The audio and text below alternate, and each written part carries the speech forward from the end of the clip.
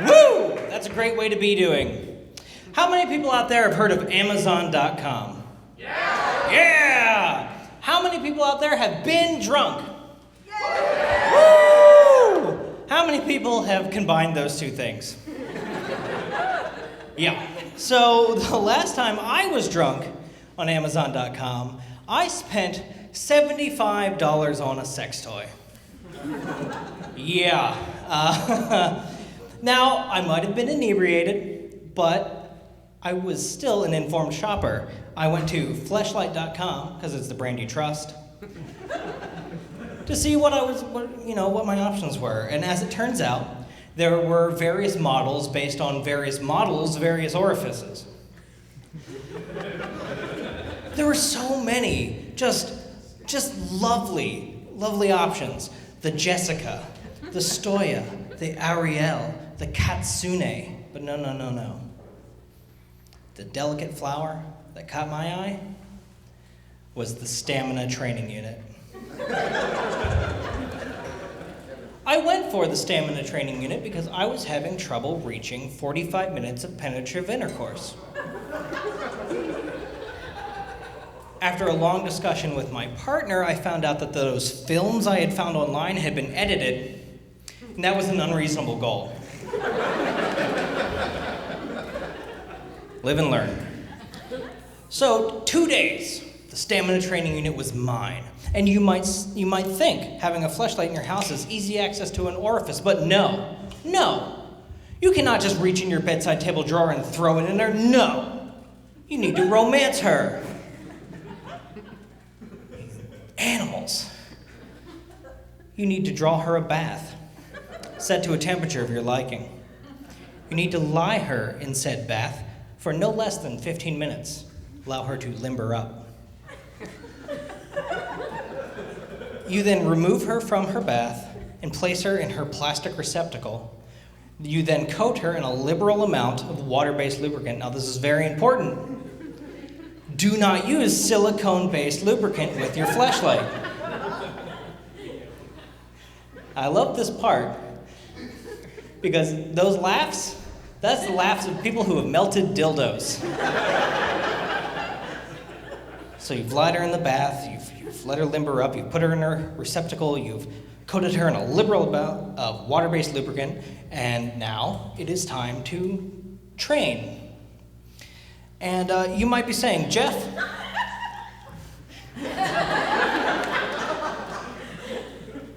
is a fleshlight worth $75?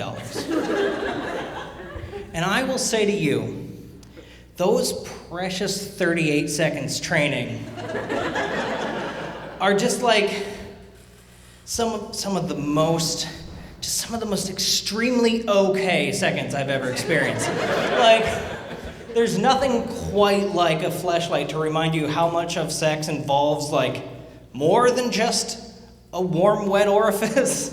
Like, there's connection and feeling, and, like, with the fleshlight, it's just training and crying. So you finished your training regime. Hopefully you've added a few more reps. It was a slow burn, that one. And then you must immediately clean your fleshlight and let it out to dry for 6 hours. I live with my wife and my daughter. And I'm an adult man. I am not ashamed of my urges. But that does not mean I want to lie the carcass of those urges out for my family to find, like a cat bringing a dead bird home. Look, family, a present. I fucked it for you. Thank you so much. Now, I am going to be your host for the rest of this show. Let's get it going. Oh, thank you.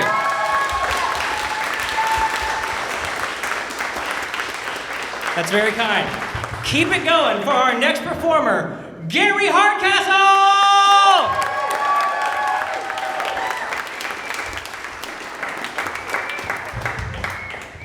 Hello, Pajama Factory. Yeah, clap for yourself. You know, if I ran a concession stand, I probably wouldn't admit it. But I guess I'd have to. Went to an art museum the other day. Every piece of art in that museum had a price tag on it. And nothing in the gift shop was available for purchase. Friend was showing me a Ouija board the other day. Ouija boards, we know what a Ouija board is. This board, letters and numbers on it. You move the slider around, communicate with departed loved ones, right? I'm thinking this could work. This could work, but there's a problem that I'm not sure has been noted or addressed. Who in the heavenly afterlife is going to receive a communication from one of their relatives? Right? Think about this. You don't take calls from these people now. And you're alive. It's not going to be different in heaven. You can imagine how it would go. You're there a couple days, you've settled in, it's really nice. And I guess, there's a messenger angel that comes to you. Says, we got a cousin, Amanda, that miss you terribly, thinking of you often. And also, could you tell your sister to calm the fuck down about the will? We'll get it straightened out. She's being a total bitch. Talk to her. Now, we can just hit no reply. They won't even know. Nothing happened. That's usually what people choose. You want to do that? Let's do that. Yeah. That's how that's going to turn out, right? But they're going to be pissed. Your relatives. When they, follow you to the heavenly afterlife and discover that you could have actually answered those contacts, right? They may be a little upset. Do you know how many times we tried to fucking contact you? Do you know how expensive that is? From Brooklyn? You could have responded just once. It wouldn't have killed you. You know this. You notice how we refer to dead people as late, right? Joe Schmo dies, and then he's the late Joe Schmo, right? Oliver Sacks, recently deceased. Now he's the late Oliver Sacks. Does this strike anybody else as fantastically optimistic? I haven't seen Oliver for a while, and he was supposed to meet me here. What do you think? He's coming. He's just late. I have to think that this use of late to refer to dead is deep in our history and comes from a time when it was so dangerous outside that if anybody didn't show up on time, it was a reasonable assumption that they were dead, right? That was tantamount to being late. We're talking, Paleolithic, prehistoric times. You imagine the meeting of the Paleolithic town council, Org? Where org? Org late? 20 minutes? Org dead. And that was the late org, right? That's how it is. Late is coming. I have 3 children who are all grown. They're adults now. This is the international symbol for adults. This is a decision every parent has to make or in some fashion deal with. But I'm pleased with what I did. I didn't spank my kids as children. And there's a reason for that. The reason is that I didn't want to have that much insight into their fetishes as adults. Now, I did teach them the difference between right and wrong by urinating on them. Happy announcement. After 12 years of persistent begging on my part, my wife finally agreed to a 3-way. Light bulb. But I was happy. She was happy with that. She liked the variation and the intensity, I suppose. I'm not sure, but I think that actually was my wife out there. If it wasn't, whoever it was, make sure we should chat.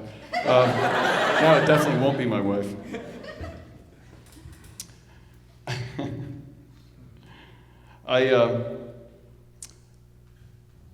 My wife sleeping? Yes.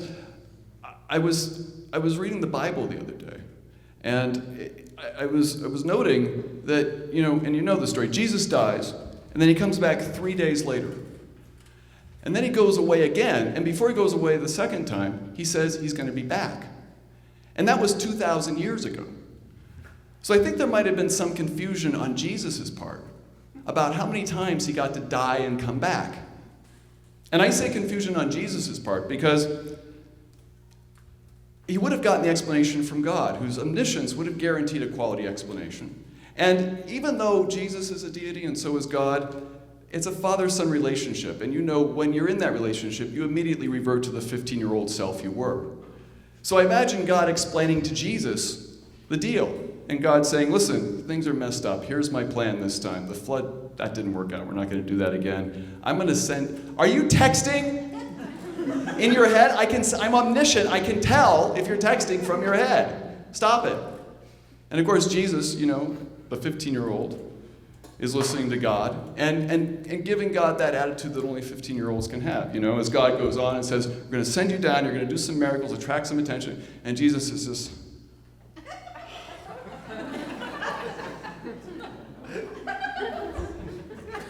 Are you listening? This is important. We're saving the human race. Can you not spare 10? I swear, it's like you're trying to piss me off. He gets through the story, God does, and says, look, we're going to send you down. Here's the kicker. You're going to be crucified, and then you'll come back from the dead. That will assuage any doubts. They will listen to you. And then you tell them they're on their own. They have to care for each other. You're not going to be back, and we'll bring you up then. And of course, that last part is the part that got lost.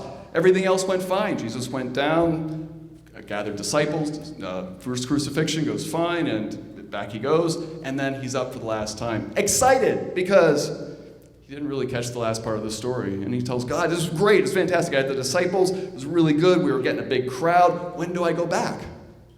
And God says, what do you mean, when do you go back? What are you talking about, when do you go back? Well, I told them I'd be coming back. You told them what? You told them you'd be back? Really? Okay, well, listen, we're not going to send you back, but here's what we're going to do. I'm going to wait a while. I'm going to send down your brother Muhammad. He'll clear everything up. Don't worry about it. Thanks very much. Have a great night.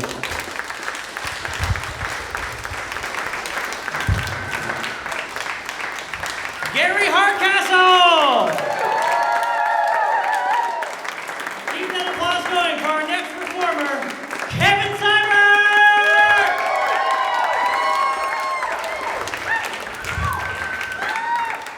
What's up, Pajama Factory? So, I've been thinking about torture a lot lately. Like if I ever had the opportunity to torture someone, like what my favorite instrument would be to use. And I think I've decided on the bagpipes. But needle-nose pliers will also do, in a pinch. I came to the conclusion the other day that I like white rice way better than I like brown rice. I guess that makes me a racist.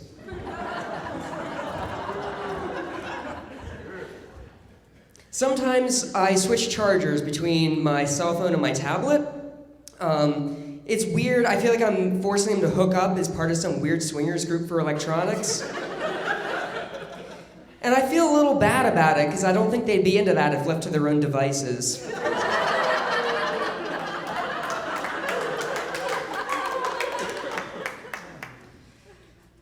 The expression, getting off on the wrong foot, has a completely different meaning in the fetish community.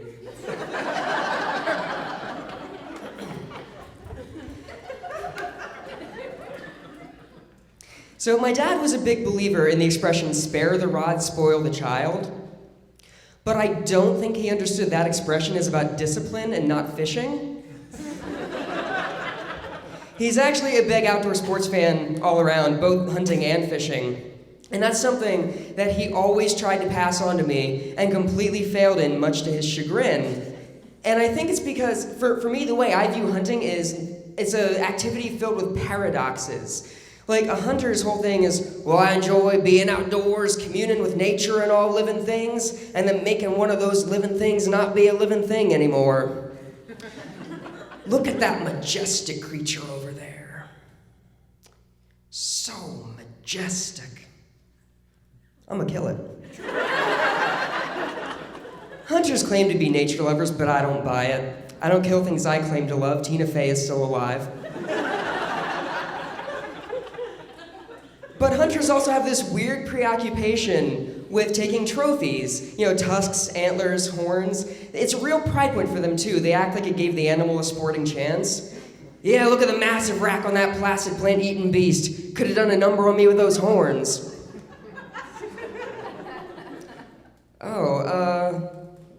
Did you wrestle it to the ground yourself? Nah, I was up in a tree with a rifle, had a scope on it. Okay, but they run really fast, so it was at least a tough shot, right? Nah, he didn't even know I was there, so he just sauntered on up, started eating some foliage. Wait, I'm confused. Okay, so they didn't know you were there, but I hear they can smell super far away. Well, that's the thing. I bought this here jar of deer piss with real American dollars, and then I just...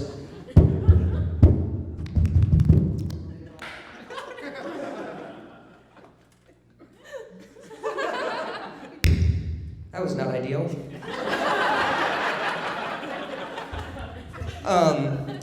Then I just rub it in on good there. My goodness. And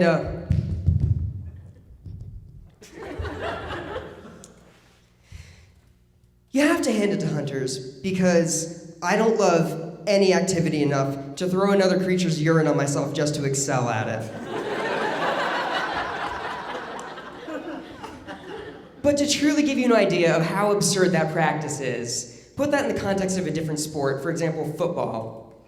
So a reporter for ESPN goes running out in the field after another Super Bowl, and he comes running up to Tom Brady. He says, "Tom Brady, you've just won another Super Bowl for the New England Patriots.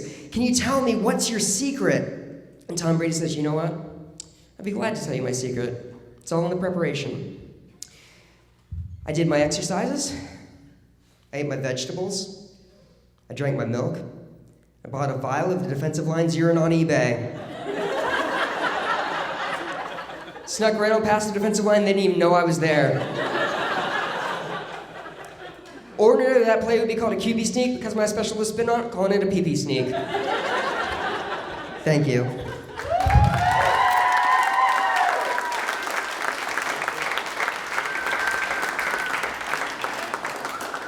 Kevin Sibert, everybody!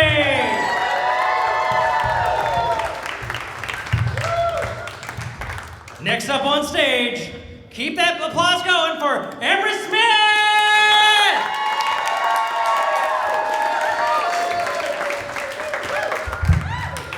Hello. Yeah. Listen, guys, this may come as a shock to you. I live with my mother. It's cool. No, it's really cool. It's not that cool. My mom is amazing, though. She's a wonderful woman. She tells me she loves me every day. Yeah. And I say I love you back, because I'm not a monster. But in the back of my mind, right? In the back of my mind, I'm thinking, really, Mom? This guy? Your taste in men. I don't know. So I decided I was gonna perform an experiment. I wanted to test the limits of this motherly love. So I found a real nice retired lady, real great lady named Nikki. She lives here in Williamsport. And I broke into her apartment. And I set up my computer on her dining room table, and I got undressed in front of her cat. And I played computer games there in her apartment all day long in my underpants. She did not love me for that. When she came home from work, she was shocked to find me there, and I said, "Listen, Nikki, listen. Would it help if I blasted my way out of your vagina?" Kapow!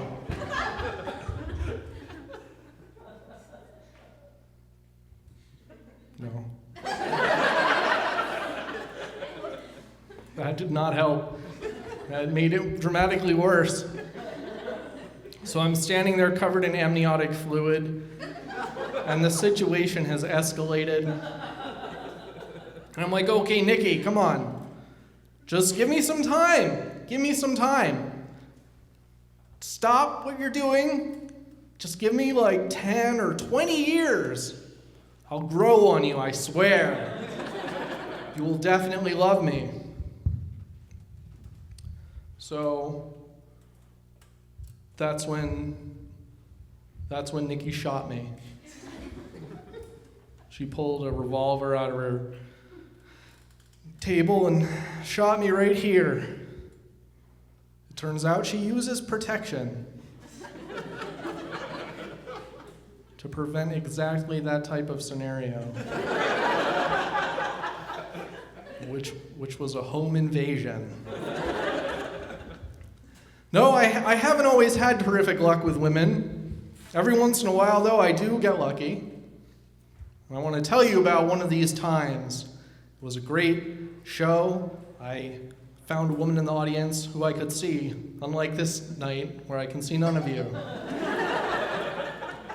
And we met after the show and we got along great, so we went back to her apartment, which is, that's the sign. Things are going real well.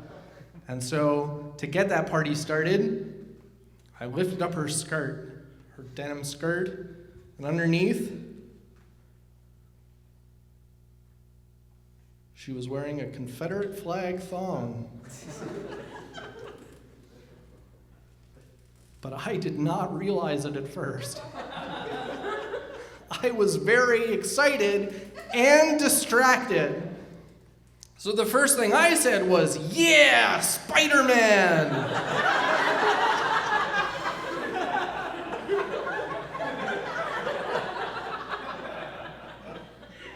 No. Nope. It was not Spider-Man. So I said, "Hey, you must be a real big fan of the Dukes of Hazzard." And to that she replied, "Yeehaw!" Which was amazing enthusiasm. But it did not answer my question. So now I had to think fast. I had to really rack my brain because, I gotta be honest with you, this was not a hit it and quit it situation. This was not like a Friday night quickie. This was the last time ever with a woman. This was it. I had to be honest with myself. So I racked my brain to figure out how I could disarm the situation. And then I came up with I said, Carl Sagan or Neil deGrasse Tyson? Because that's how you weed out a racist. And she said, I quote, "Well, Carl Sagan is who introduced me to the hard sciences when I was younger, but Neil deGrasse Tyson has an amazing nerd allure, and he's foxy." There was a reason I liked this woman, okay? But I had to face facts. I said, "Look, you're wearing a Confederate flag on your underpants." She says, "No." "What? This is Captain America." When you said Spider-Man, I almost walked. And I was like, "No, if it were Captain America, there'd be white." She says, "There's white stars." I said, "No, a white field." She goes, "You mean a white stripe?" I'm like, "No, on underpants, it would be a field. There's not enough room for stripes." She says, "Look, I've got stripes on my underpants. They're blue, they're diagonal. What do you want?" I said, "Look, those are bars. You're wearing the stars and bars." That's what I'm saying. So we ended up fighting about flag iconography on Wikipedia for 4 hours. The joke was on me, though. It was a Captain America thong. It was just made in South Carolina. Thank you very much. My name is Emrys Smith. Have a great night.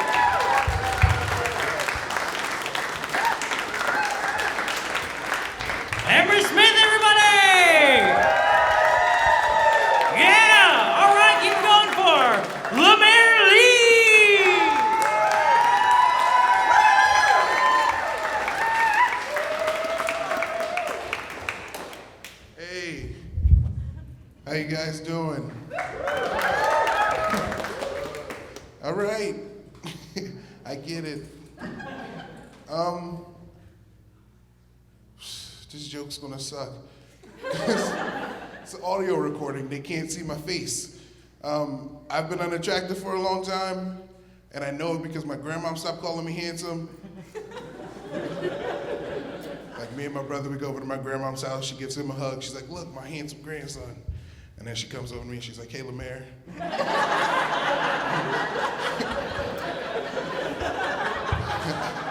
How's it going? Good. She's like, "Take your brother's bags upstairs." Handsome people don't work in this house. You guys see why they don't want? You see why? You see? All right. Bad, poor choice in jokes.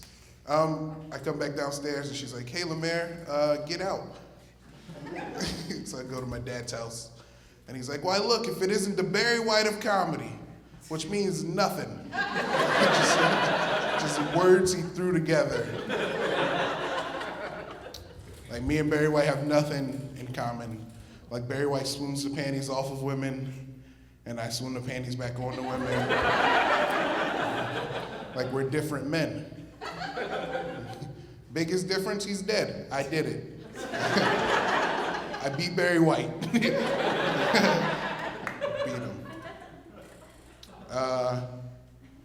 This joke's racist. You guys like Italian people? You guys know how Italian people, like, they get to eat food, and when they eat food, they get to, like, reminisce. Like, they're like, this spaghetti reminds me of my grandmama Mia on the Isles of Sicily, rolling weed on the gondola, singing songs about love. Like, you can't really reminisce over food that way as a black person. You can't be like, these chitlins are so good. These chitlins remind me of all the oppression. So much oppression. This joke is also racist. I live in a town, it's called Aislinn, real small, and they have KKK meetings there, and all their meetings are about me. But they're real nice, because they need me to be there. They're like, "Hey, LeMaire, please get out of our neighborhood." During the winter, they like to burn crosses on their lawn to keep us warm. They're like, "Hey, you guys, this is nice and all, but we're going to have to call the fire department." "Oh, you are the fire department?" Egg on our face. Continue, please. Like, the weird thing is that they need me to be there, or else they're just gonna have to, like, hate the essence of black people. So, like, I just imagine one day they're just gonna leave, like, a gift basket on a porch. It's gonna be like, dear Negroes, here's a basket full of the friediest fried chicken and the juiciest watermelon. All the Negro accoutrement. God damn it if we know you don't like those things. Please stay, love the Klan.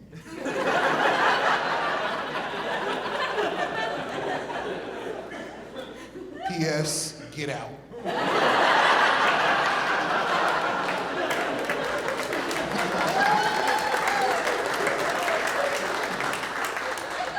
PPS JK. Sit. You guys like old people? I think they stink. Hate old people with a passion. There was this one time I went to the store. It was a Wawa. Give it up for Wawa. They're delicious hoagies. This moment sponsored by Wawa. The Hoagie Fest is over, but that doesn't mean you have to stop going to Wawa. They have delicious bowls there and lots of juices. All right. So I'm at this Wawa, right? And then I hold the door open for this old lady, and she says, "Thank you, you're one of the good ones." So, like, push her on the floor, push her on the ground, Steal her car keys. She's like, why would you do that? And I said, because real niggas do real things, old lady. You don't even know me. All right, you guys are cool, thank you. That's it.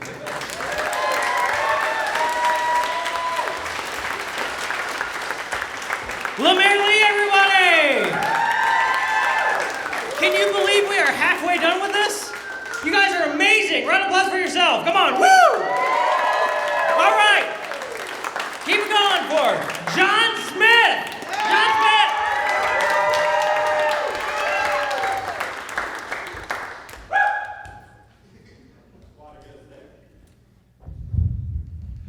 How's everyone doing tonight? Thank you. I love how cold and industrial this environment is compared to how cozy and wonderful its name is.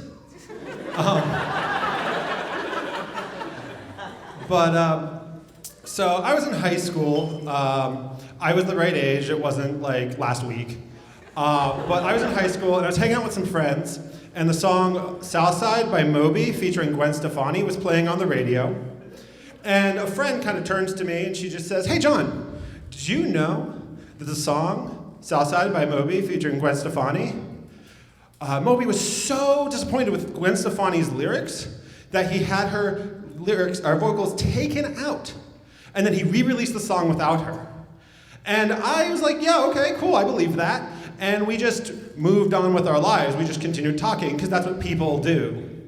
And later on, I'm hanging out with my sister, and I didn't realize that this fact was going to come up and become the biggest fight I've ever had with my sister to this day.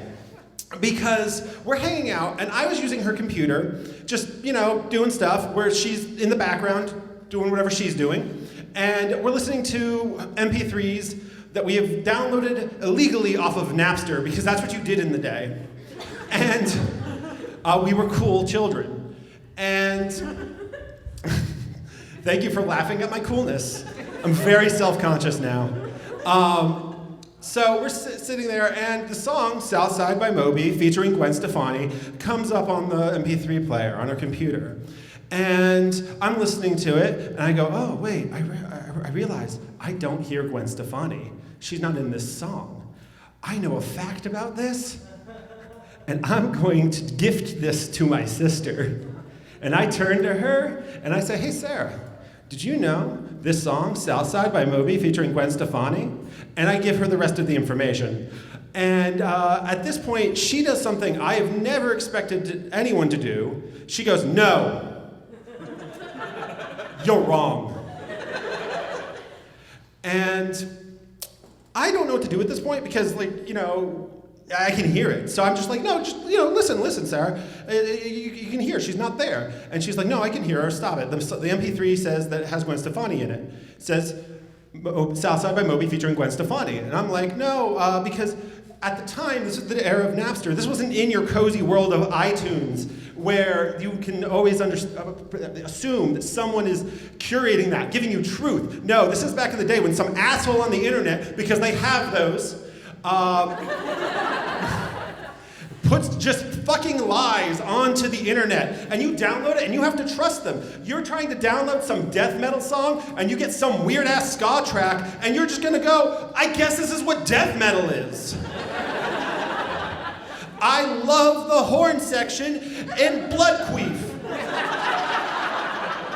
Pick it up, pick it up, pick it up. Some fans of death metal I see. So I'm sitting there and I'm just like frantic now. I'm like, no, here. And I just turn it up a little bit more. And I'm like, can't you hear? Listen, she's not there. And my sister's like, no, she's there. I can hear her. And I'm like, that's just Moby singing in a different pitch. And then she is like, no! And I can see her, she's just like hate burning in her eyes. And the song's still playing in the background. And I don't know if you've ever heard it. It's just, it's just a fucking dead fish of a song. But it is now the soundtrack to our hatred. And there's a tense moment between us. And she's looking at me, just the fire in her eyes, and she comes up with this, and I will never forget it. John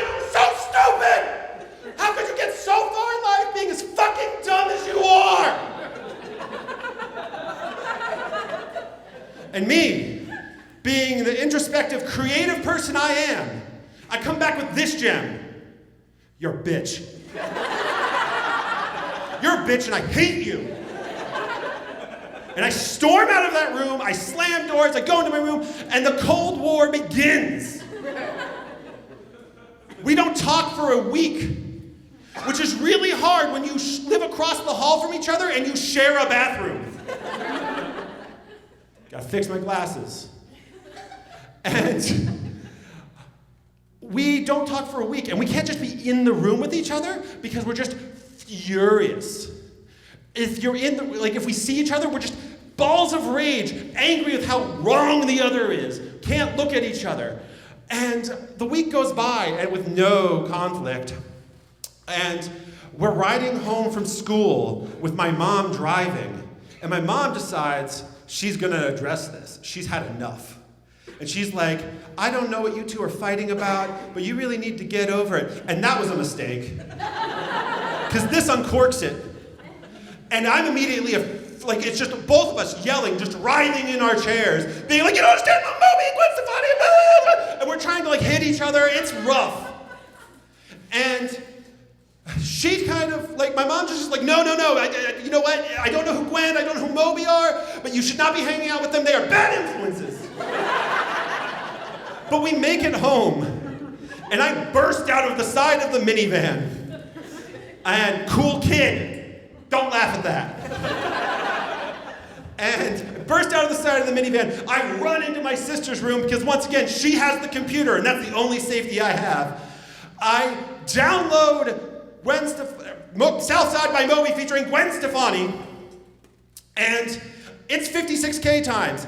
The clock is ticking and nothing is happening basically. But magically, I guess my sister tried to stop and explain to my mother how wrong I was.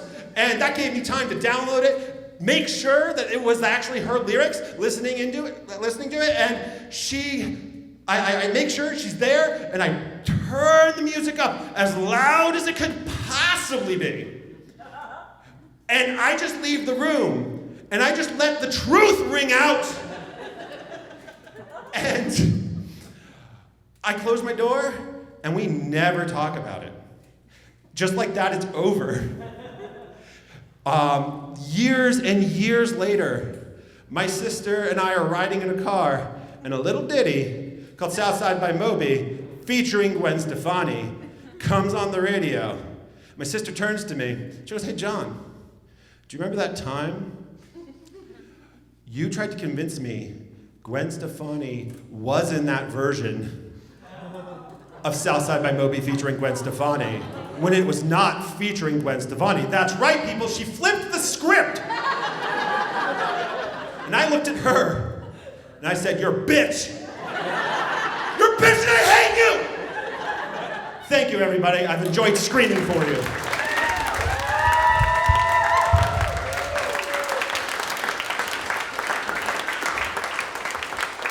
John Smith!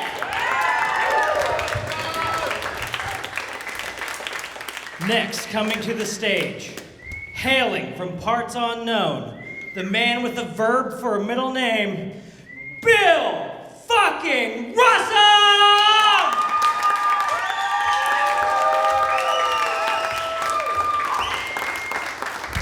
Hi. You know, I used to have a lot of phone sex when I was a kid. I was really glad when they started making them smaller. So I could get the whole thing in there, you know?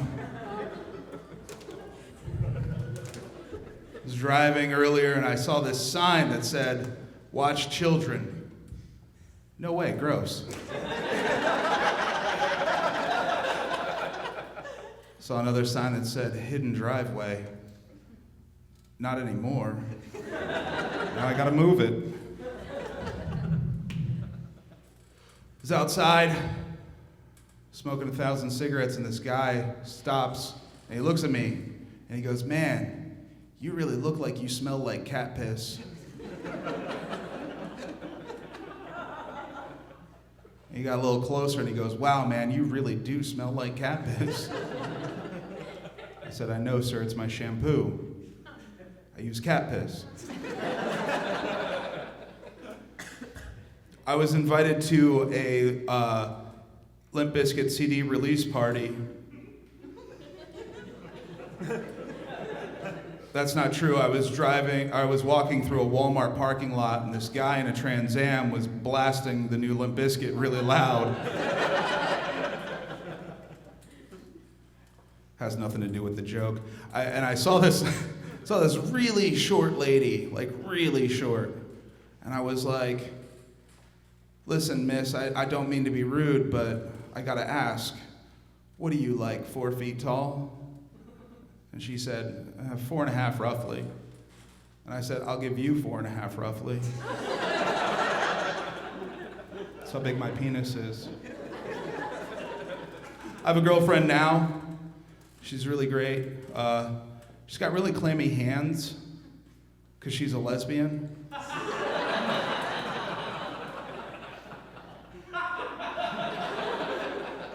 The people who are losing it are right. And later on, when you're driving home, it's gonna hit you, and you're gonna be like, that's a fucking brilliant joke.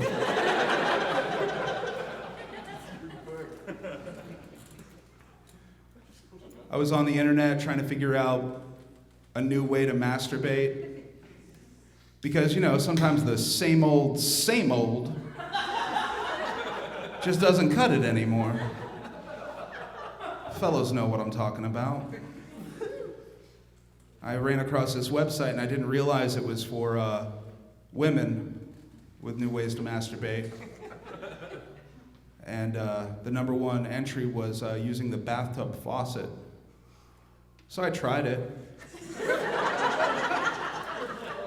Once you get your dick past that first bend,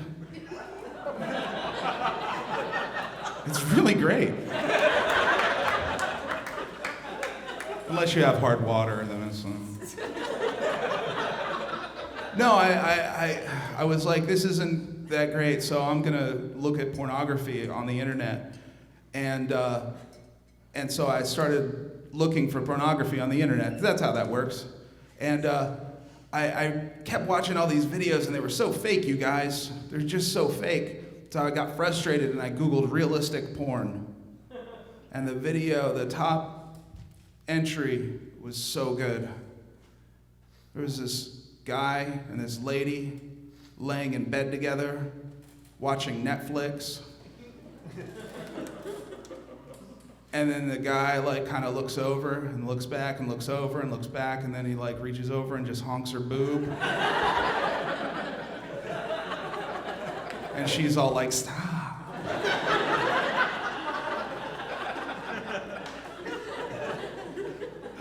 So he leans over and pokes her with his boner. He's like, let's get this party started. And then finally she's like, okay, 7 minutes. And then it only takes 3. And then he reaches under the bed and pulls out the t-shirt and cleans himself off. Puts it back under the bed, rolls over, and then she unpauses the Netflix. My name is Bill Russum. Who shot you?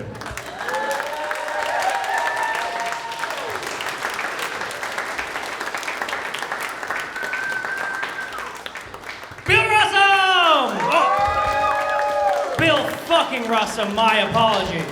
Next up, Chris Rowe!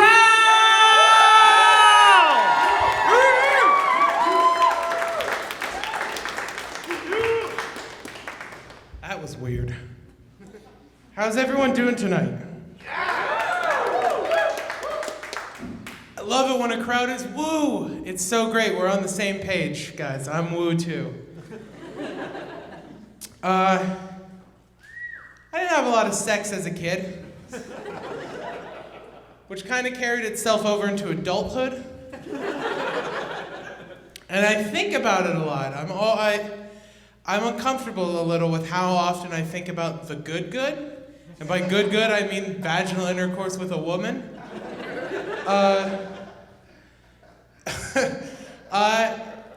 And I thought I would do my best to take care of that problem, so I was gonna buy myself a sex toy.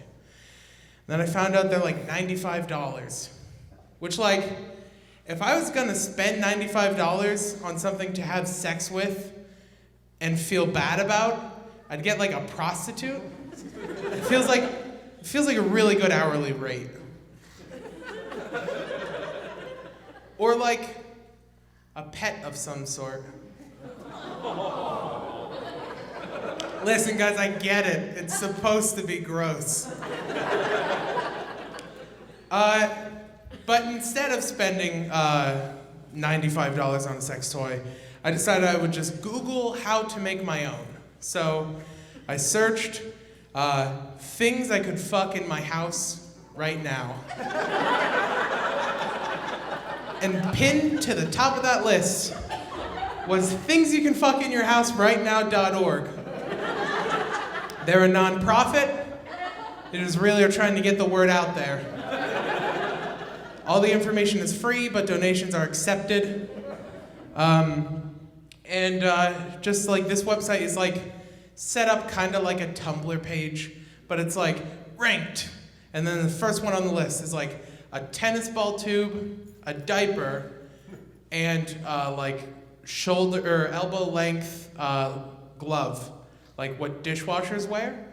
None of that stuff I had, but like for this one, you take the diaper, you don't fuck the diaper. You could. I'm not gonna judge. But you cut the diaper open, you pour the beads inside the tennis ball tube, you wet them a little bit, and you stick the glove down inside, and you take it to town. The second one was really, really cool, but required like a Sunday afternoon. The second one was like premeditated masturbation. You had to be like, well, Tuesday I'm really gonna want to show myself a good time. This one, you take a cup about as long as your penis, cornstarch, water, and a dowel about as girthy as your penis. Mix the cornstarch and water together, put the dowel in the center, and then you microwave for 3 minutes. It's like the oddest lesson. It's like a strange TED Talk. It's missing the giant red letters. But you microwave it, you take it out of the microwave, and immediately put it in the refrigerator for 6 hours. And like, I'm a nerd. This one looked pretty cool. This one looked like if you took the Invisible Woman's vagina, removed it from her body, and lightly coated it in flour. Which I'd be down for, but I couldn't figure out a way to justify to my grandparents why there's a fake pussy firming in their refrigerator. And then I found it, guys. I found the one. Super easy, real cheap, mess-free. It's a solo cup, which it took me embarrassingly long to realize how appropriate that is. 2 sponges, and a latex or a vinyl glove, depending upon your allergy. Sponges are the hardest part of this one. You just gotta shop. You just gotta shop around and find the right sponge for you. I'm a blue sponge guy. So you take the glove, and you put it between the 2 sponges, like a sandwich. But you're not gonna eat this sandwich. You're gonna fuck it. Real soon. So you take this fuck sandwich, and you put it in the cup. You secure the wrist piece of the glove around the lip of the cup. And you lubricate to desire, or not at all. Again, judgment free. And then you just plow it. And it's great because it's super discreet.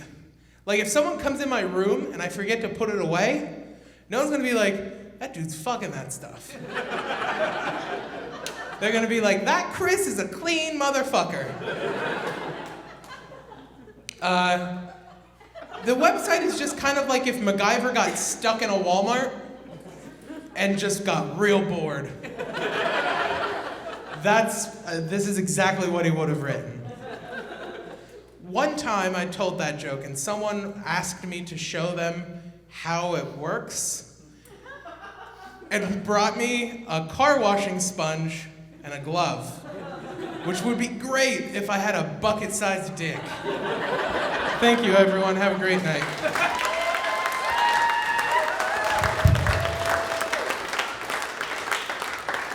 Chris Rowe!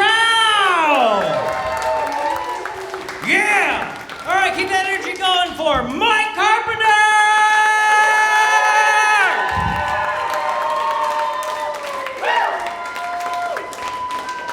Hey, how's it going, guys? Good enough.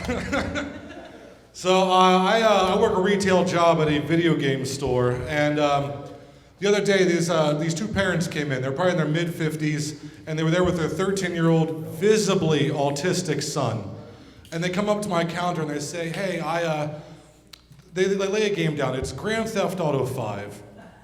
And the woman asked me, "Would this be too inappropriate for our son?" And I'm like, if you guys don't know what that game is, this is a game where you can get a prostitute and you can fuck that prostitute and then you can kill that prostitute to get your money back. And the whole point of that is to get your life up. Like that's the point of this game. I'm like, man, if you're even questioning how bad this game is, it's definitely too bad for your son. And the whole time I'm talking to her husband's just standing there just giving me the stink eye. And after I say this, he slams his hands down on my counter and says, "But is there penetration?"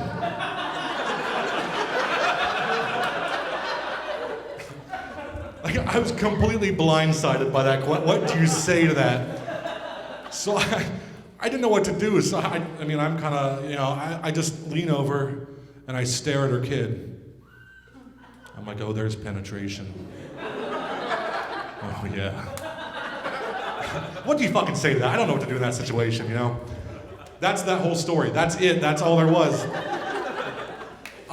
Speaking of video games, I have a bone to pick with PlayStation. The PlayStation Network recently banned my account because my username was deemed too offensive. My username on PlayStation Network was Buttpoop the Third.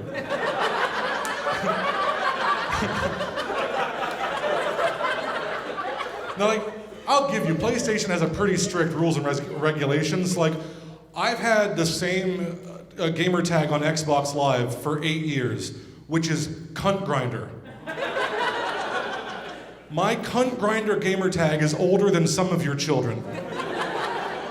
But somehow PlayStation deemed Buttpoop the Third way too offensive for public, So, and I was pissed. I'm like, oh, I got some Destiny scores. I gotta get into that, And I called them up, and I spent a half hour on customer service with Sony. And I'm like, come on, guys, just please give me let me do something here. Work with me. It's Buttpoop the Third. Don't.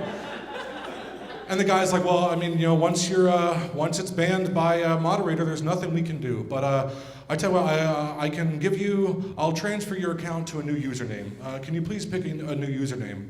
I'm like, sure, just give me Mike Carpenter, just plain and simple. And he's like, well, sir, there's a thing here. We can't use your real name in your gamer tag. I'm like, well, fuck. Tell you what, buddy, you've been laughing this whole time I've been speaking to you. You have a good sense of humor. Pick something for me. Just make it funny. And he's like, well, that's another thing, sir. We actually, we can't choose your name for you. I'm like, great, how about Buttpoop the Fourth? He didn't find it that funny.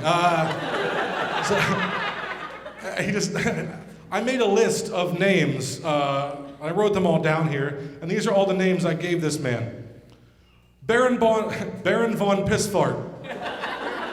Sir Vag Flaps. Big Foreskin. PlayStation Foreskin. He didn't like that one, so I went with PlayStation 5 Skin. Yeah. Did not like it. I'm like, well, how about how about fuck you, Sony, LOL JK? And he's like, no, sir. I'm like, fine. So we agreed on, I'm just getting a fucking Xbox at this point. Like, that's where we're going with that. Thank you. I'm gonna break the ice here. I have a lot of piercings. You know, we see some piercing here tonight. I'm a big fan of body modification. Like, I have my ears stretched. I've been pierced everywhere. Been tattooed, scarred, branded. If there's a thing, I've done it. And people ask me a lot, and yes, I've had my dick pierced. I've had it pierced 8 times.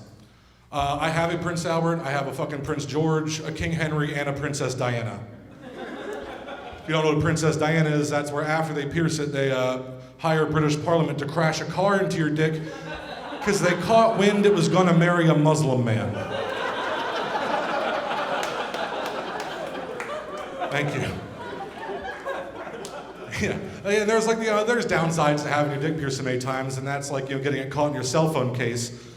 And that happens, but the upside is that increased cell reception, guys. Countrywide, it's incredible. Oh shit.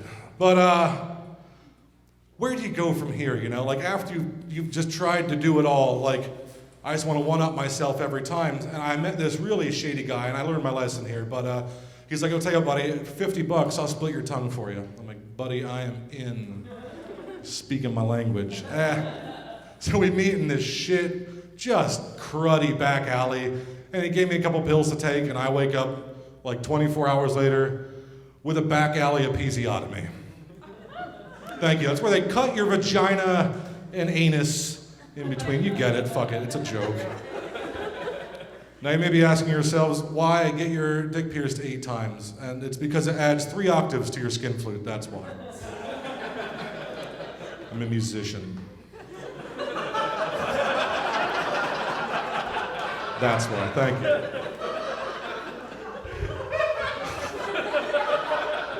I'm gonna change it up here. I don't like when people, when they have to take a shit and they say, "I'm gonna go drop the Cosby kids off at the pool." That is racist. That is incredibly racist. Though I do find myself saying on occasion, "I'm gonna go drop the Asian kids off at the pool when I have to take a piss." But that's only because everyone knows Asians are made entirely of water. I'm gonna start that. I wanna make that like, that's the new stereotype I wanna start for Asians, that they are made entirely of water.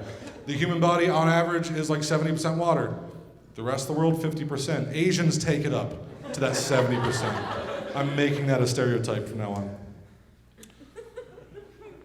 Thank you. I recently got back from Philadelphia. I was visiting my long friend Jay. I haven't seen him in years, and we went out to the clubs, and he wanted to introduce me to a large group of his black friends, and he's like, "Hey, this is my nigga Mike." I'm like, "Oh, shit." I am a fat, white American douchebag. Being referred to by my best black friend as my nigga is the closest thing I'll ever experience to being knighted. Thank you. If you think that's racist, you're so wrong. You're incredibly wrong. White people are so afraid to be racist, it's incredible. Like if you ask any white person what their worst fear is, and they don't see being racist, like if they're like, "Oh, I'm afraid of spiders," they're either a liar or they're racist. That's it. Like those are the only 2 options. Spider, nope. Oh. I'm on WebMD a lot, guys. I have a lot of anxiety, and I'm kind of like a hypochondriac. But WebMD, for some reason, makes me feel better because, like, I go in there, I'm like, there is literally millions of diseases and disorders and parasites that are just not killing me right now. It is incredible how many things I don't have. Like, I go in there, I'm like, oh my God, I could have cervical cancer, but I don't. This guy's thinking, "Oh no, you can't. You don't have a cervix." That's because I don't have pulmonary Mullerian duct syndrome, a disorder which causes men to grow female reproductive organs. I do not have PMDS, I do not have ovarian cancer, therefore today is the greatest day of my life. I wrote that joke before I knew what pulmonary Mullerian duct syndrome was, and I was like Googling men with ovaries, just hoping something existed. And I realized that diseases on the internet are exactly like porn on the internet. If you can think of it, it is there. And I will masturbate to it. It's true, thank you. I'm gonna leave you in this, guys. My father always told me when I was a child, he always said, you know, Mike, the car you drive, it's an extension of your personality. And like my father, he always drove like one of those like Volkswagen buses, and I really think that says a lot about who he was. My mother drove a cunt. Thank you. Have a good night, guys. Hail Satan.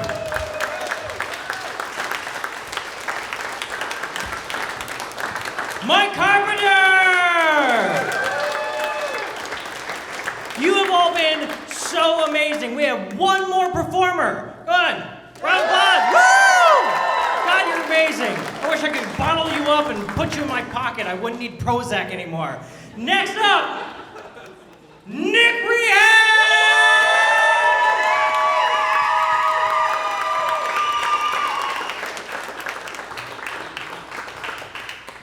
Give it up for Jeff real quick. Thank him for everything he's been doing. No. I also want everyone to bow their heads just for a moment of silence for the buttons on the front of Jeff's shirt.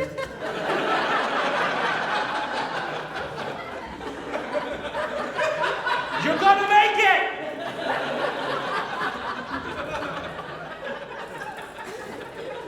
That was so worth it. It was so worth it. How you guys doing? Woo! Can't believe I'm the last one up here. Today's a kind of sobering moment for me. I'm celebrating 90 days where I haven't jerked off at work. It's been a real problem, guys and gals. It started with my first retail job back in April of 2006. I worked for a big electronics retailer that rhymes with Best Buy. And I would often get bored at Best Buy, and I would find my way into the men's room, and I'd go in the handicap stall and jerk off. And I know what you're thinking, there's a lot of space there. Not only is it that, but if I make a lot of noises and grunts, people are just gonna think, oh, there's a handicap guy in there. We don't have to bother him. The problem with jerking off at Best Buy was I started developing this quirk where I could only come if I had khaki pants on. So anytime I had sex with my girlfriend at the time, I would have to like unzip khaki pants and like push it through the hole.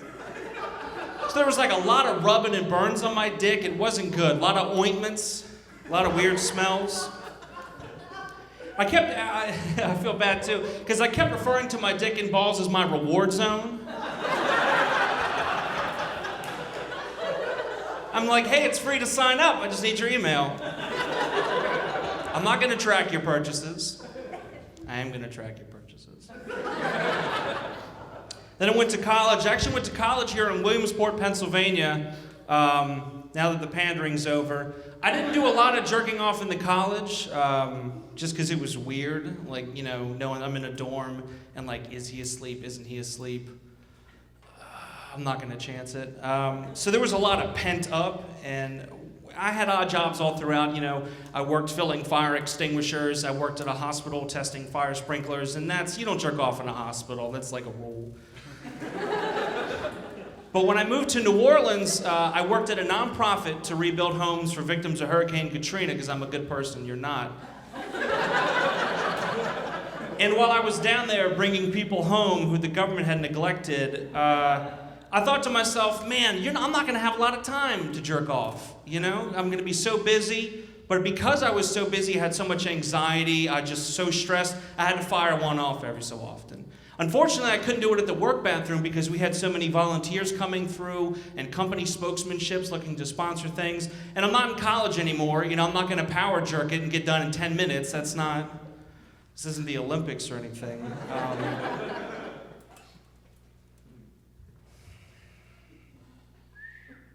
Sorry, it's just, you think back to moments when you're jerking off. Like, we had a contest one time to see who could fill up a Dixie cup the quickest. Fucking took second place. You believe that shit? Sorry. Anyway, I would find myself jerking off on like the side of the road in company cars, or like behind the houses we were rebuilding. The problem was I like to watch porn when I jerk off because I'm a visual learner. And it was on my phone, and reception wasn't that great. So a lot of the porn I watched was like almost like watching it through a dial-up modem, very staticky, very pixelated. And that affected me. Like girls, I would get pictures, I'm like, can you distort that or run it through Photoshop or something? Like the detail, a little too much for me. When I ended up having sex with women though, I would have to like have sex in living rooms and they would have to be under like a frosted glass. So there was like a lot of laying down towels and like awkwardly getting like if this was the table, like they had to be underneath and I'm looking at them just through that. So like just imagine this, like grunting for 2 minutes. Sometimes 3. What's up, ladies? So I left New Orleans and now I work at a conservative talk radio station down in Baltimore, reporting the traffic in the afternoon. Weirdest thing, I'm not conservative. But that doesn't matter. People can have whatever opinions they want. That's fine. The only problem I have is we have speakers in the hallway. So I have to listen to whatever Sean Hannity or Rush Limbaugh is talking about. And it's really hard to jerk off to hate speech. I've tried wearing headphones, but it just doesn't work because like just as I'm about to come, like someone will be like, Obama! And I'm like, oh, it was so close. Oh, it was so close. And just edging doesn't do it for me. If you don't know what edging is, look it up after the show. If you're playing the home game, pause this, look it up, and then come back and then laugh harder now that you know what edging is. And so I decided, you know what, I'm just going to go for it. And I started jerking off to hate speech, and it's the most powerful ejaculations I've ever had. I've started jerking off to American History X, 12 Years a Slave, anything that oppresses white people, anything that oppresses minorities, I'm into it. That Edward Norton is a fine-looking man. Oh man, you ever have a belt around your neck and you're jerking off and all of a sudden he curb stomps that motherfucker? Screaming and shit. I'm sorry. I'm sorry. And it affected me too because like my dirty talk changed. Like I wasn't saying things like, yeah girl, you're so hot. Oh, let me get in there. You know, just real guy stuff. And it started becoming things like we would be making out and I'd start to pull her pants down like, uh-oh, looks like someone didn't defend the border. Thanks, Obama. Or like we'd getting hot and heavy like, girl, I'm gonna veto that ass like Obama vetoed the Keystone Pipeline. But she must really, really like me because she started getting into it too. Like one time we're going and she's like, I want you to defund Obamacare all over my face. And I was like, ah! The real kicker is every time I come, I scream Ronald Reagan.